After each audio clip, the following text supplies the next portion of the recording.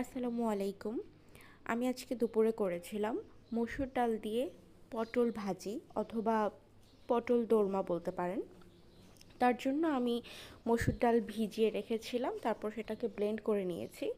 এরপর একটা কড়াইয়ে গরম তেলে পেঁয়াজ, রসুন, অন্যান্য রান্নার যাবতীয় যে গুঁড়া মশলাগুলো থাকে সব কিছু দিয়ে বেটে রাখা মসুর ডালটা ভেজে নিয়েছি, রান্না করে নিয়েছি আর কি।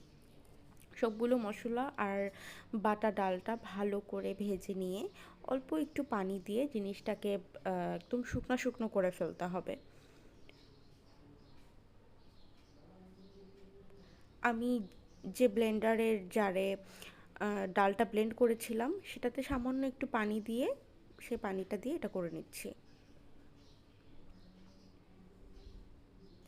লবণটা যার যার স্বাদ মতো দিবেন।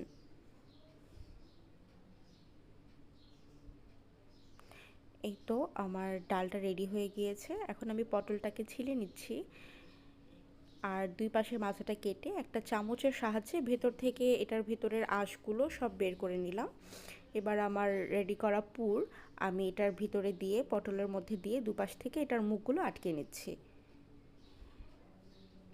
এটা আপনারা কিন্তু মাথাটা হচ্ছে আটা গুলে সেটা দিয়েও আটকিয়ে নিতে পারেন, অথবা এরকম টুথপিক দিয়েও আটকিয়ে নিতে পারেন, যেটা সুবিধা হয়।